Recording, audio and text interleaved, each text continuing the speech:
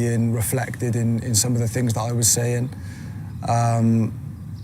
Made it all worth it, but at the same time, I was really overwhelmed by the trolls.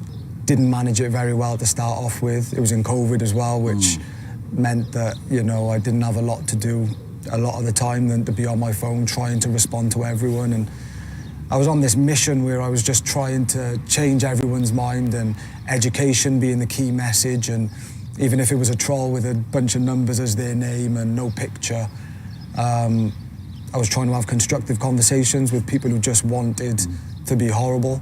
And it was quite obvious how down it was getting me, because some of the things I received were shocking. Even to me, I've experienced, racial abuse from a kid in different forms and different ways, but the intent behind some of the things that I received on social media is probably definitely the worst that I've had. How does that impact you as a person, not as a player?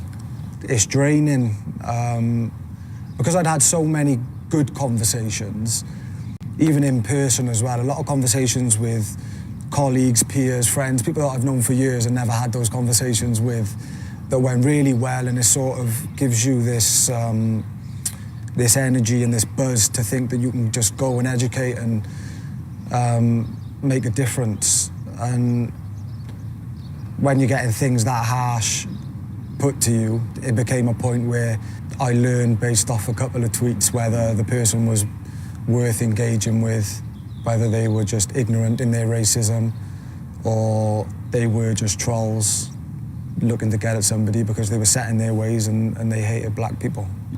We always have the social media training on it, and the do's and don'ts and whatever it may be. But the conversation is very fresh around mental health. You've got some people in rugby, in Welsh rugby, who are pushing the conversation, are acting, accordingly as well to try and influence players, especially young players, on the importance of having those conversations and taking care of their mental health.